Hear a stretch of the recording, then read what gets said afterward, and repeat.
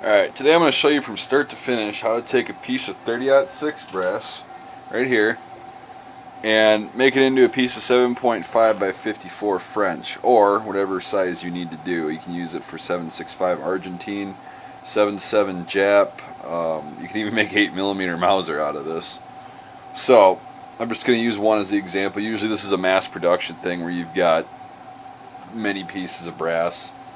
And what you're going to do, you're going to pop in your sizing die for the caliber that you want. Mine's 7.5/54. And you're going to go ahead and use your lube. I use this stuff, the quick spray shit, because I hate getting the gunk all over my hands. So make sure it's good inside and out. You can use Imperial sizing wax, of course. That's what it's made for. I don't have any, so this is going to have to do for now. Then you just go ahead and you set it in the shell holder and you run it through your die just normally, except it requires a little more force because it's going to actually resize or relocate the bottleneck.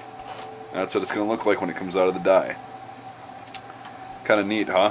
But now that bottleneck is right where it needs to be for 7.5 by 54, but we still got all this excess up here. So this is where a case trimmer comes in really handy.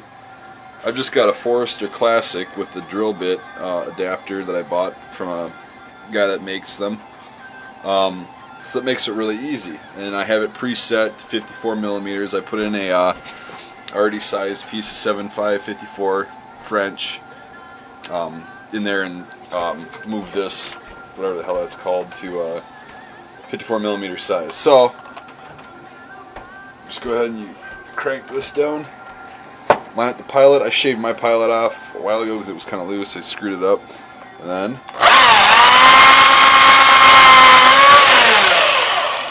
bam. Cuts it down to 54mm. And you unscrew this. Then you're going to take, damn it, your deburring tool, your chamfer tool on the inside and out so it deburrs it, and then I go ahead and I run it through the die one more time just to make sure that the neck didn't stretch out any while it was trimming. Sometimes it does.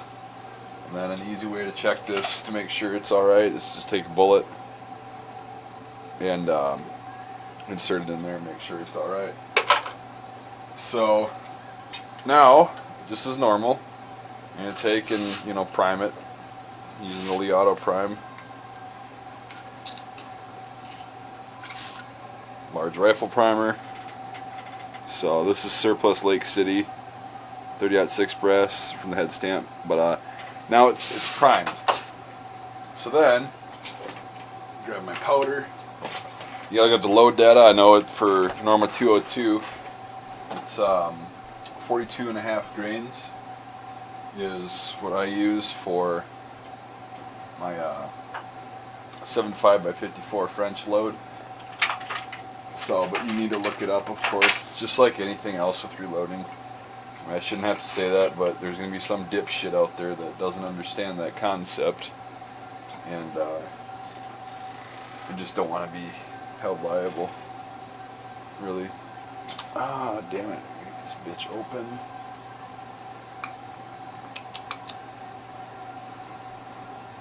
Screwdriver will work.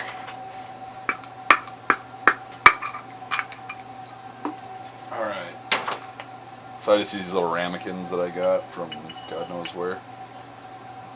So I'm only going to show you one bullet just to kind of speed up the video. But like I said, you can do this for pretty much any caliber that'll accept a 30-06 base or something like that, like 7.7 Jap, like I just said. So I'm going to go ahead and set my Lee scale to 42.5 grains. 42.3, it doesn't really matter with this, it's a great load. And then you just go ahead and measure it out. This is the slow way. Usually I use this puppy, the Lee Perfect Powder Measure. You just kind of make it like this, and then you just frickin', for each round, that's all you do. And makes it a lot faster, but I'm just showing you for the intent of the video how to do this the old-fashioned way. Because I know it's really fun. These rifles are actually really affordable, but there's no surplus for 7.7 Jap that you want to actually shoot, and there's very limited surplus for the 7.5 French that you actually want to shoot. The Syrian stuff I heard is okay, but it's kind of harder to find now. So, alright, we've got that. Good to go. You can take your funnel, blah blah blah.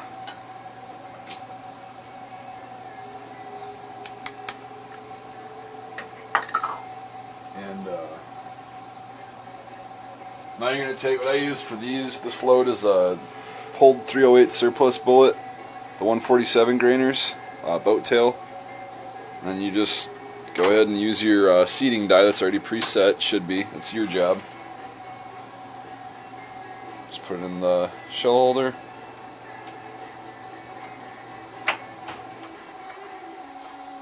And there's a round of 7.5 by 54 French. If you really want to check it, you know, you can do this either before or after it's loaded, or just don't put any powder or primers in there. And take your rifle, load it. Chamber's perfect, no problems, no resistance.